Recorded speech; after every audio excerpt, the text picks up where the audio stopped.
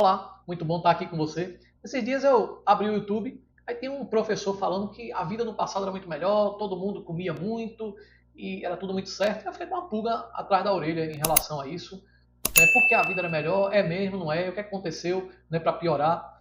E como é que a gente tira uma população da miserabilidade, né? Porque se nem você sabe o que cobrar dos governantes para que eles façam o correto, é claro que eles não vão fazer, né? Porque normalmente eles fazem o que a gente, na maioria das vezes, pede para ele fazer. Você muitas vezes está dando uma carta branca para alguém que vai afundar a tua vida. Então, eu vou mostrar aqui o que aconteceu com a produtividade nos anos 2000 e vou comparar com a produtividade em 2024, o poder de compra do salário naquela época com agora. Vamos ver aqui na prática. Eu acho que vai ser muito interessante e você vai sair com uma visão nova, até para a questão de votar nesse ano, que é um ano de eleição, de maneira que a gente cobre aos políticos o impacto das ações dele em nossas vidas. Né?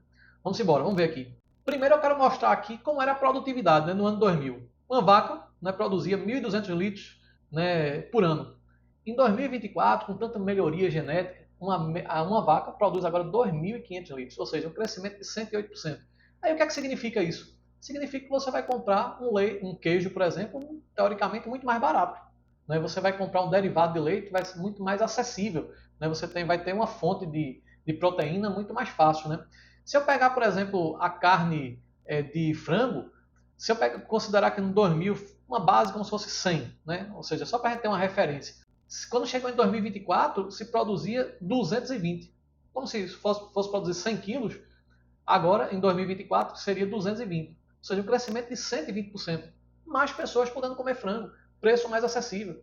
Né? Assim a gente podia olhar também, por exemplo, a farinha de trigo. Se produzia 2 toneladas por hectare, passou a 3,2, um crescimento de 60%.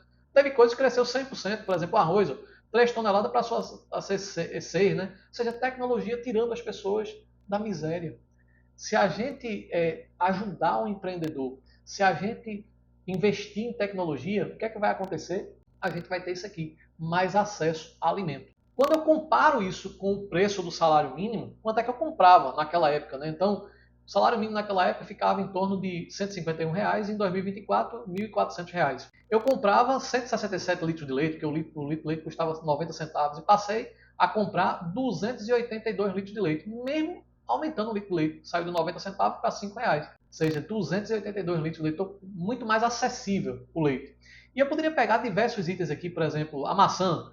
Eu comprava 50 quilos de maçã, passei a comprar 117 quilos de maçã, muito mais acessível, né? Até se você for analisar o quanto é que compra gasolina, a gasolina agora está mais cara por causa desse problema específico, mas a gente comprava 116 litros e passamos a comprar 227 litros esse ano, né, de 2024. Esse comparativo sempre está comparando 2000 com 2024. Né?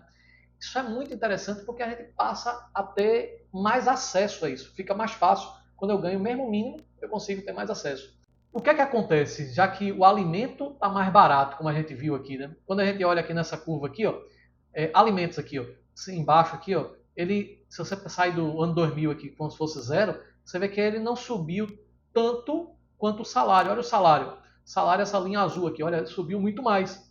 Então, teoricamente, do ponto de vista de alimento, o povo está melhor agora. Não foi por causa do aumento do salário exatamente, não. Foi ao contrário, foi por causa do aumento de produtividade. Entendam isso. Porque senão a gente fica pensando que é só uma questão de imprimir dinheiro e todo mundo ficar rico. Não, tem que aumentar a produtividade. A gente tem que cobrar que se estimule o empreendedorismo, que se estimule a produção. Né? O que a gente vê justamente pessoas fazendo ao contrário hoje, cobrando dos governos ao contrário. A gente taxar o empresário e aí todo mundo fica mais pobre.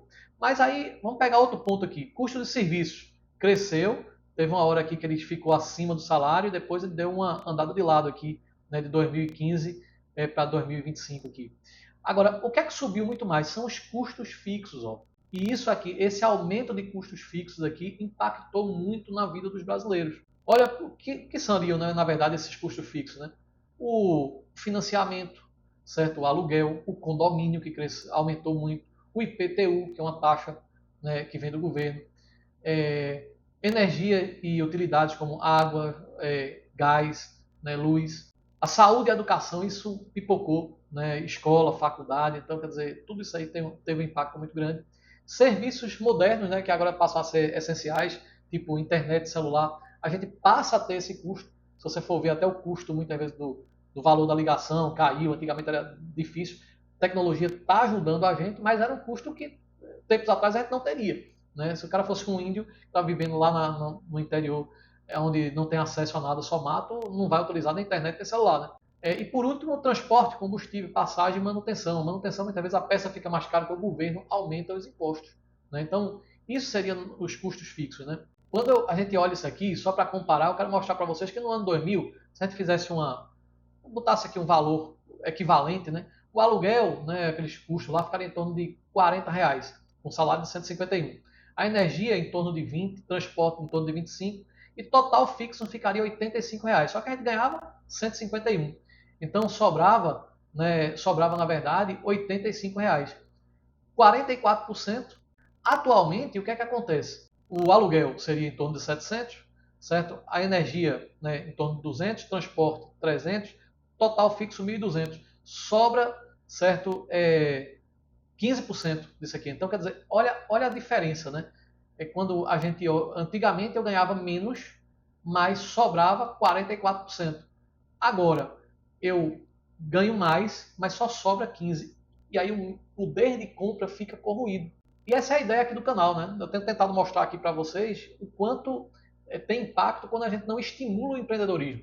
Se a gente acorda nessa dimensão e cobra dos políticos que ele faça ao contrário, em vez de matar a galinha, né, dos ovos de ouro, que na verdade seria as empresas, o aumento de produtividade, a gente estimulasse hoje que tivesse mais empreendedores, a gente teria uma população mais saudável, uma população mais crescente. Então eu espero que tenha ficado claro para que a gente possa, em 2026, votar com mais consciência, cobrando desses políticos que, em vez de atrapalhar o empreendedor, diminui os impostos. Né? E aí a gente vai poder, sim, facilitar para que essa população tenha dias melhores. Espero que tenha ficado claro aí para você. Um forte abraço e até a próxima.